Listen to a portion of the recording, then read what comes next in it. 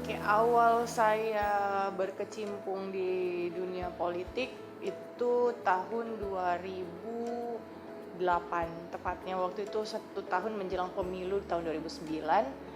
Eh, saya saat itu masih berstatus sebagai mahasiswa kedokteran gigi di Universitas Hasanuddin, dan pada saat pemilu 2009 itu memang ada peraturan terkait dengan kuota 30% perempuan yang memang diterapkan oleh pemerintah dalam perekrutan calon-calon anggota DPRD yang akan ikut bertarung. Beberapa partai politik memang pada saat itu sedikit kebingungan karena tidak siap akan mempersiapkan kader-kader perempuannya untuk maju sebagai calon anggota legislatif, sehingga memang pada saat itu saya banyak ditawari oleh beberapa partai politik untuk bergabung dan untuk menjadi salah satu calon anggota legislatif di pemilu 2009. Sampai akhirnya saya memutuskan untuk bergabung di Partai Golkar. Pada saat itu pikiran saya adalah saya mau ikut merasakan bagaimana sebenarnya berorganisasi di partai politik pada saat itu. Karena usia saya pada saat itu masih sangat muda, waktu itu saya berusia 23 tahun, sehingga memang banyak sekali hal-hal yang mungkin pada saat itu baru yang ingin saya rasakan. Oleh karena itu mungkin bergabung di partai politik saya pikir menjadi pengalaman yang baru buat saya pada saat itu. Dan waktu itu saya tidak terpikir akan terpilih menjadi anggota DPRD di Kota Makassar.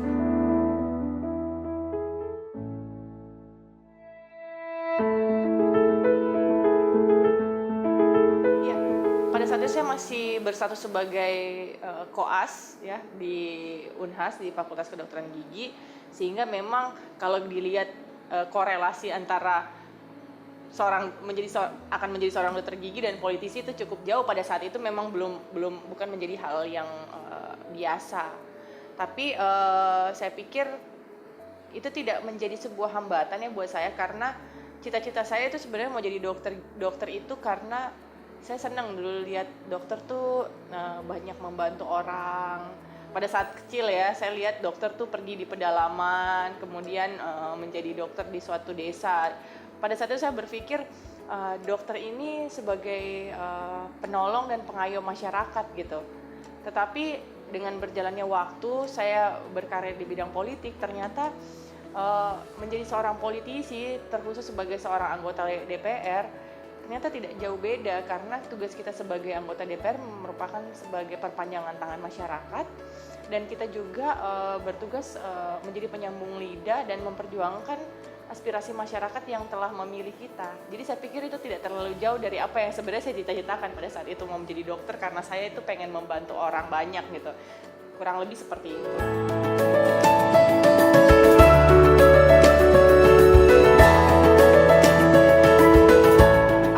Terganggu karena pada saat saya menjadi anggota DPRD Kota Makassar, saya masih berstatus sebagai mahasiswa koas dan butuh waktu cukup panjang untuk akhirnya menyelesaikan studi saya sebagai seorang dokter gigi, dan alhamdulillah di tahun 2010 saya bisa lulus menjadi anggota dokter gigi. Jadi artinya saya menyelesaikan studi saya sambil menjalankan tugas saya sebagai anggota DPRD, dan alhamdulillah semuanya bisa berjalan dengan baik.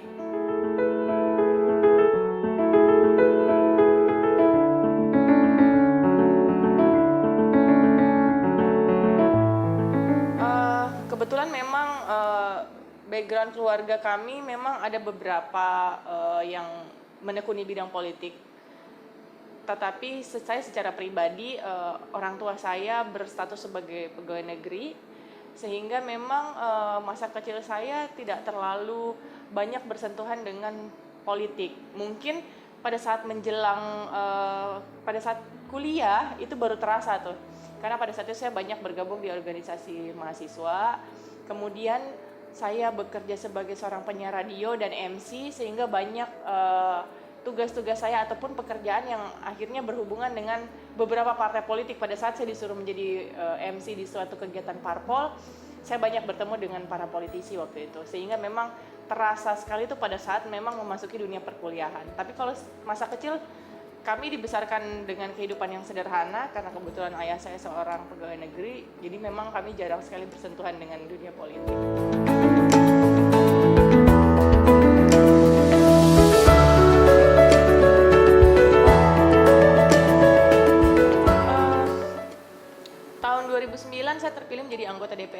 Makassar.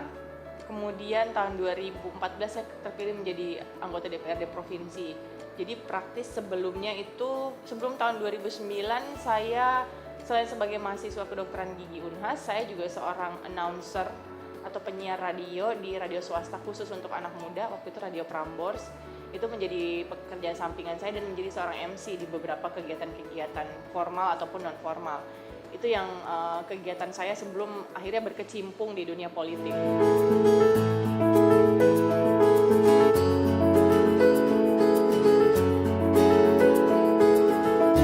Alhamdulillah, itu kepercayaan yang luar biasa sekali yang diberikan oleh Partai Nasdem kepada saya. Dalam sejarah DPRD Provinsi Sulawesi Selatan, periode kali ini baru ada satu orang perempuan yang bisa menduduki jabatan sebagai wakil ketua DPRD ataupun sebagai pimpinan dewan. Dan itu suatu kehormatan karena saya adalah orangnya yang mencetak sejarah itu dan sangat bersyukur sekali bisa ada di Partai Nasdem, partai yang begitu concern dan begitu banyak perhatiannya terhadap perempuan yang memang sudah selayaknya mungkin untuk menduduki posisi tersebut.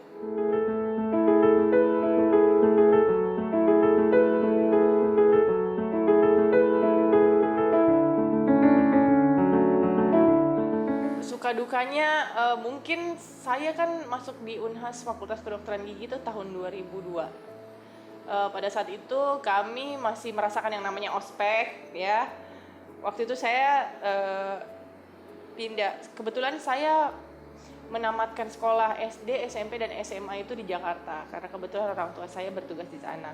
Sehingga memang pada saat harus pindah dari Jakarta ke Makassar untuk menyelesaikan studi saya di universitas, sedikit kaget ya, dan harus menjalani ospek pada saat itu. Waktu itu saya masih merasakan yang namanya ospek. Itu pengalaman yang luar biasa sekali buat saya, dan itu menjadi penggembleng kita juga menjalani masa-masa kuliah di Fakultas Kedokteran yang memang sangat berat sekali. Pada saat menjadi mahasiswa di Fakultas Kedokteran ya harus siap mengorbankan waktu untuk belajar, praktikum, lab dan lain-lain.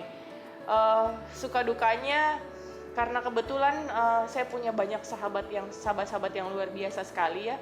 Pada saat itu rumah saya tuh cukup jauh dari kampus Unhas. Jadi rumah saya cukup jauh sehingga pada saat akan ada praktikum pagi ataupun akan ada ujian atau kuliah pagi, saya tuh biasanya nginep di tempat teman saya supaya saya tidak terlambat. Karena kalau kita dulu ya, waktu zaman saya itu di Fakultas Kedokteran, terlambat 1 detik aja udah tutupin pintu. Oleh karena itu memang pada saat itu kalau ada kuliah pagi jam 7 teng, saya akan nginep di rumah teman saya yang dekat kampus untuk bisa ikut kuliah pagi. Karena kalau harus dari rumah itu cukup jauh jaraknya. Jadi itu suka dukanya. Kemudian yang pada saat saya koas di Unhas, saya sudah menjadi anggota DPRD kota, sehingga itu cukup menjadi artinya kendala juga karena dosen-dosen pada saat itu suka meledek bahwa kenapa ada anggota DPRD masih koas gitu. Itu menjadi artinya itu menjadi motivasi buat saya untuk menyelesaikan studi saya.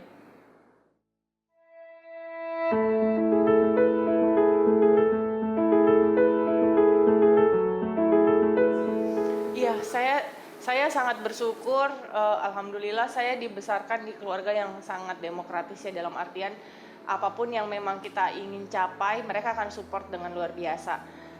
Pada saat saya pertama kali memutuskan untuk terjun di dunia politik, orang tua dan keluarga yang paling pertama mensupport. Oleh karena itu memang saya pada saat itu cukup banyak terbantu oleh mereka, karena peralihan dari seorang mahasiswa kedokteran gigi untuk menjadi politisi itu cukup sulit, dan mereka banyak sekali mensupport. Dalam artian supportnya tuh selain memang membantu sosialisasi, kemudian juga membantu artinya memberi semangat pada saat itu. Karena saya yang tidak punya pengalaman sama sekali harus terjun di dunia politik, memang cukup membuat saya galau pada saat itu, dan keluarga adalah orang-orang yang paling banyak sekali mensupport.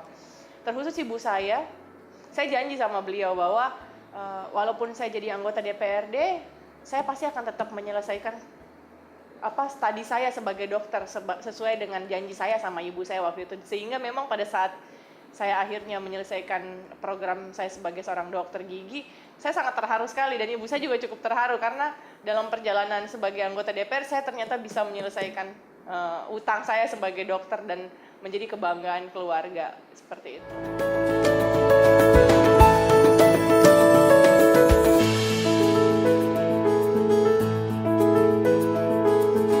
Iya, ini memang dilema untuk seorang politisi perempuan, iya. Bagaimana kita bisa membagi waktu antara keluarga dan pekerjaan?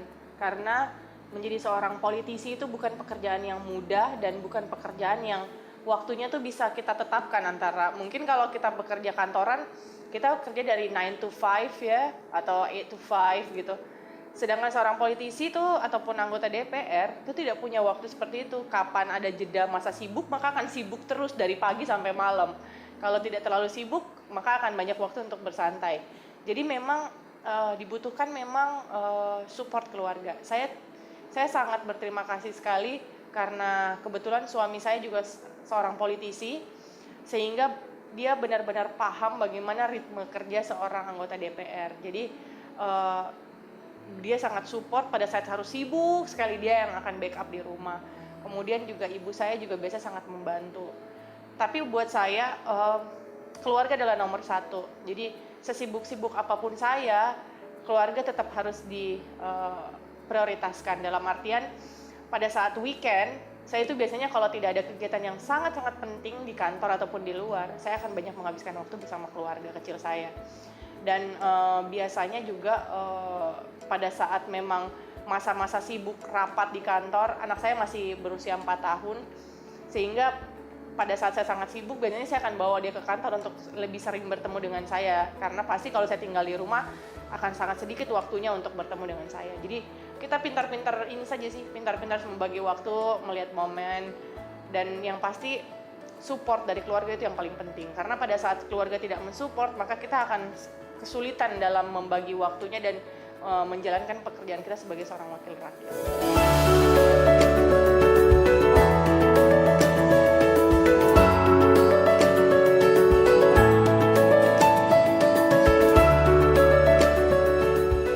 Sebenarnya bukan karena beliau bagian dari keluarga saya ya, tapi memang saya sangat kagum sekali dengan Bapak Ilham Arif Sirajuddin.